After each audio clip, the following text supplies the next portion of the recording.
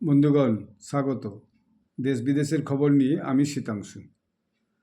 এই চ্যানেলটি আপনাদের সকলকে সাবস্ক্রাইব করতে অনুরোধ করছি এবং এই ভিডিওটি ভালো লাগলে সকলকে শেয়ার করবেন এবং ভিডিওটি লাইক করবেন।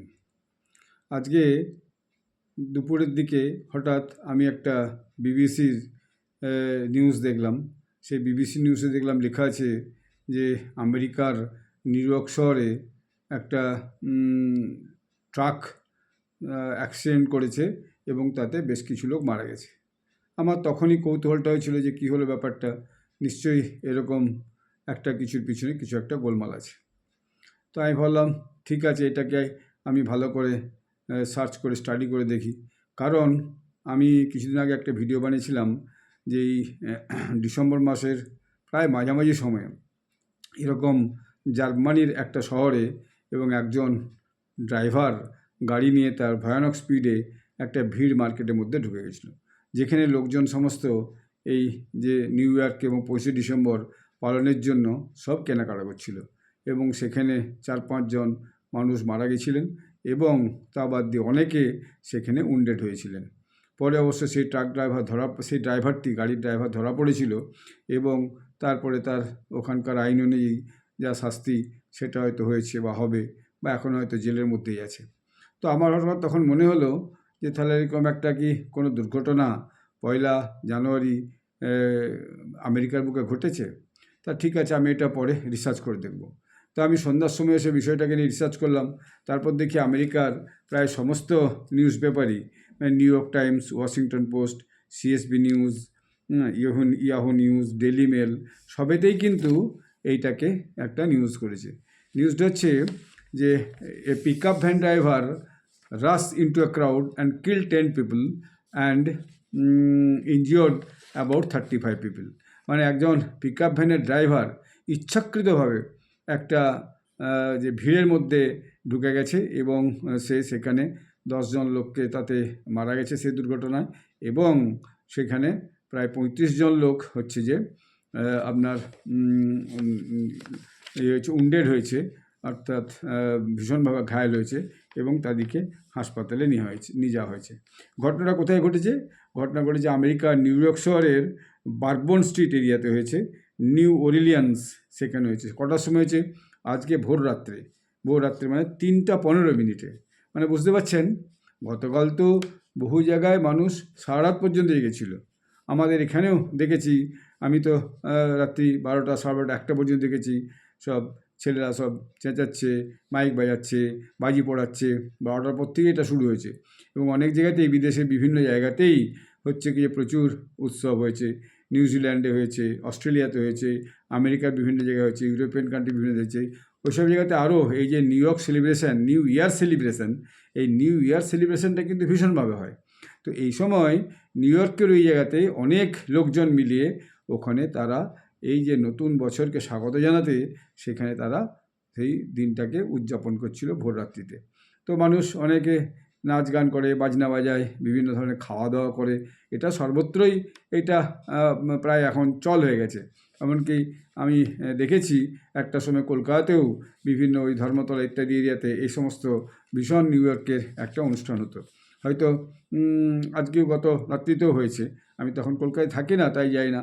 এবং বিভিন্ন জায়গায় বিভিন্ন খবর ভিডিও আসে, ব্যাঙ্গালোর, দিল্লি, হায়দ্রাবাদ, পুনা, মহারাষ্ট্র, মুম্বাই, সব জায়গাতেই, বিশেষ করে শহরাঞ্চল অন্তত, এই দিন, এই যে নতুন বছরকে, ইংরাজি নতুন বছরকে স্বাগত জানিয়ে প্রচুর অনুষ্ঠান হয়। আমাদের দেশেও বিভিন্ন নতুন বছর আমাদের সংস্কৃত মতে, হিন্দি মতে, ভারতীয় মতে যে সমস্ত আছে সেগুলো উদযাপন করে মানুষ। যেমন আমরা বাঙালিরা সারা পৃথিবীতে পয়লা বৈশাখ, বিশেষ করে পশ্চিমবাংলাতে পয়লা বৈশাখ পালন করি। পয়লা বৈশাখটা আমাদের বাংলা নববর্ষ বলে আমরা মানি। মন্দিরে টন্দিরে পুজো টুজো দেওয়া হয়, ব্যবসাপত্রে বাণিজ্য যারা করে তারা পুজো টুজো দেয়, গণেশ মন্দিরে, লক্ষ্মী মন্দিরে পুজো দেয়, বাড়িতে সবাই পুজো করে, ব্যবসা প্রতিষ্ঠানে পুজো করে। এইটা পয়লা বৈশাখ বাংলা হিসেবে আমরা পালন করি। সেরকমই এই 1 জানুয়ারি এখন সারা পৃথিবীতেই সমস্ত জাত বা ধর্মের মানুষ এটা কিন্তু অনুষ্ঠান হিসেবে পালন করে। একটা নতুন, একটা পুরাতন বছর চলে গেল, যে বছরে সুখ, দুঃখ, হাসি, কান্না, আনন্দ সব কিছু ছিল, আবার একটা নতুন বছরকে আমরা বরণ করে নিচ্ছি। এই আগামী দিনের বছরটা কিভাবে যাবে? তো সবাই এই happy new year, happy new year. আপনারা সবাই নিশ্চয়ই সকাল থেকে নিজেদের ফোনের মধ্যে প্রচুর মেসেজ এসেছে দেখেছেন। এছাড়া অনেকেই ফোন করে করে আপনাদেরকে হ্যাপি নিউ ইয়ার জানিয়েছে। এটা একটা সহজ চলে গেছে যে আমরা ইংরেজি হ্যাপি নিউ ইয়ারটাকেও কিন্তু মেনে চলি, কারণ এখানে তো এটা দীর্ঘদিনের একটা চল হয়ে গেছে। যাই হোক, যে ঘটনাটা ঘটেছে সেটা বলছি, যে ট্রাক ড্রাইভারটা সে কী করছে, ইচ্ছাকৃতভাবে এসে ওই ক্রাউডের মধ্যে, যেখানে তারা এই 1 জানুয়ারি পালন করছিল ভোর 3:15 সময়, এসে পুরো ভিড়ের মধ্যে ঢুকেছে এবং ইচ্ছাকৃতভাবে সে এমনভাবে ঢুকেছে যাতে সে যতজন বেশি মানুষকে ওখানে ওই ধাক্কা দিয়ে পিষে চিপে মারা যায় সেই চেষ্টাটা কিন্তু করেছে, এটা তার ছিল।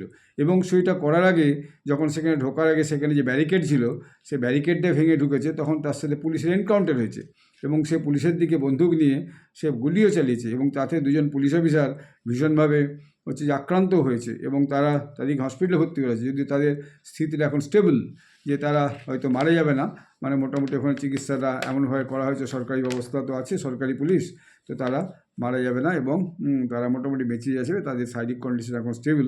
কিন্তু তাদেরকে ভালো মতো গুলি চালিয়েছে ওই ট্রাক ড্রাইভারটি এবং কাউন্টার গুলিয়ে চলেছে পুলিশের পক্ষ থেকে কাউন্টার উদ্দেশ্যে সে ওখানে অন দ্য স্পট মারাও গেছে। তো এইরকম একটা ব্যাপার। তো এখন ওখানকার যে আপনার কি বলে, ওখানকার যে পুলিশ সুপারিনটেন্ডেন্ট, নিউ অরলিয়েন্সের যে পুলিশ সুপারিনটেন্ডেন্ট, তার নাম হচ্ছে অ্যানে ক্রিকপ্যাট্রিক। সে বলেছে আমরা এটা ভাবিনি যে এরকম একটা সিচুয়েশন হঠাৎ করে এরকম একটা ভিড়ের মধ্যে এইভাবে এসে একটা পিক আপ ট্রাক এসে একজন ড্রাইভার এসে জোর করে ঢুকে যাবে। এবং সে বলছে যে 35 জন পিপল কমপক্ষে ঘায়েল হয়েছে এবং তাদেরকে 4টে হাসপাতালে পাঠানো হয়েছে। এর বাইরেও আরও অনেক লোক কিন্তু ঘায়েল হয়েছে, কিন্তু তাদেরকে অন্যান্য বিভিন্ন হসপিটালে পাঠানো হয়েছে। তাদের হিসেবটা এই মুহূর্তে আমার কাছে নেই। এবং ওখানে যে শহরের যে ইমার্জেন্সি টিম আছে একটা, যে কোনো রকম বিপদ আপদ ঘটলে, মানে অ্যাক্সিডেন্ট হলে বা আগুন লাগলে বা কিছু হলে, যে ইমার্জেন্সি টিম আছে তারা সঙ্গে সঙ্গে তাদের লোকজন ওখানে এসে গেছে, সেদিন লোকজনকে রেস্কিউ করে নিয়ে গেছে এবং তারা তাদের ওয়েবসাইটকে যে 30 জন পিপল ভীষণভাবে যে ইনজোর্ড হয়েছে এবং সেই ইনসিডেন্টে সেখান থেকে তারা তাদের ওয়েবসাইটে এটা লিখে দিয়েছে। তার মানে মোটামুটি 10 জন মারা গেছে এবং 30-35 জন লোক ওখানে ব্যাপকভাবে ইনজোর্ড হয়েছে, যাদেরকে যে হাসপাতালে ভর্তি করা আছে। এবং প্রথমের দিকে ওখানকার যে পুলিশ, তাদেরকে সবাই সন্দেহ করছিল যে এটা কোনো টেররিস্ট অ্যাটাক কিনা। তো ওখানকার পুলিশ কিন্তু প্রথমের দিকে বলেছিল না, এইটা টেররিস্ট অ্যাটাক নয়, কারণ তারা এটা টেররিস্ট অ্যাটাক বলে মনে করছে না।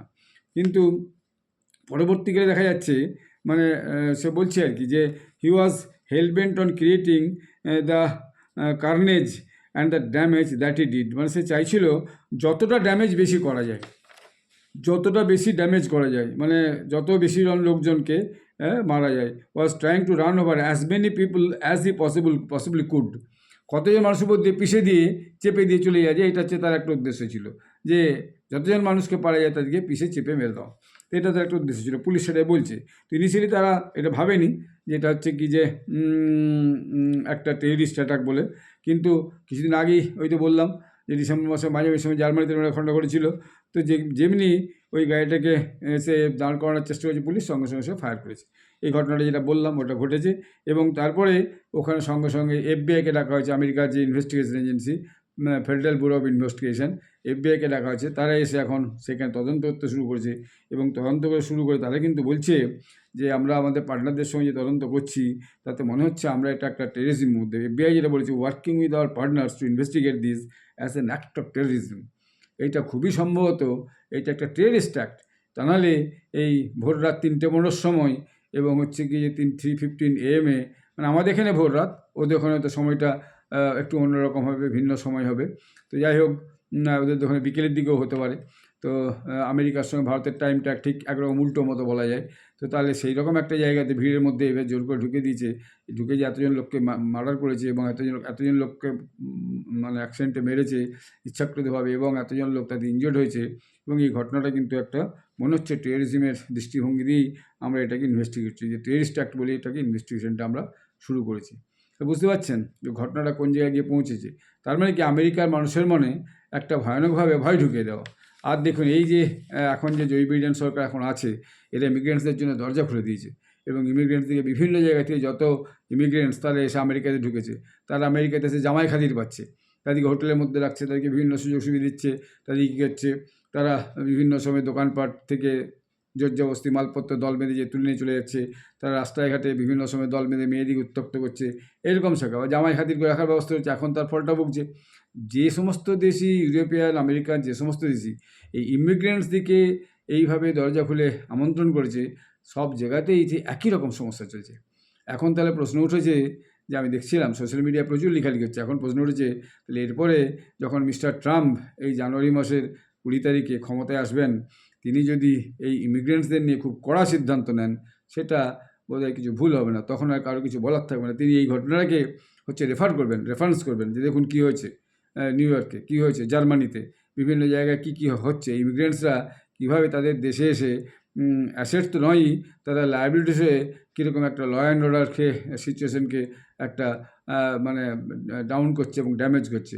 ফলে ইমিগ্রেন্টসদের উপর এই সমস্ত সরকার যে হচ্ছে ভয়ানক একদম কড়া সিদ্ধান্ত নেবে না, তার কিন্তু কোনো গ্যারান্টি নেই। এবং ডোনাল্ড ট্রাম্প কিন্তু এ ব্যাপারে খুব দৃঢ় প্রতিজ্ঞ, সে ইমিগ্রেন্টসদের বিষয়ে খুব কড়া সিদ্ধান্ত নিলে কিন্তু আমরা খুবই অবাক হব না। বিভিন্ন জায়গায় হচ্ছে, আজকে শুনলাম সুইজারল্যান্ডে একটা এরকম কড়া সিদ্ধান্ত হয়েছে।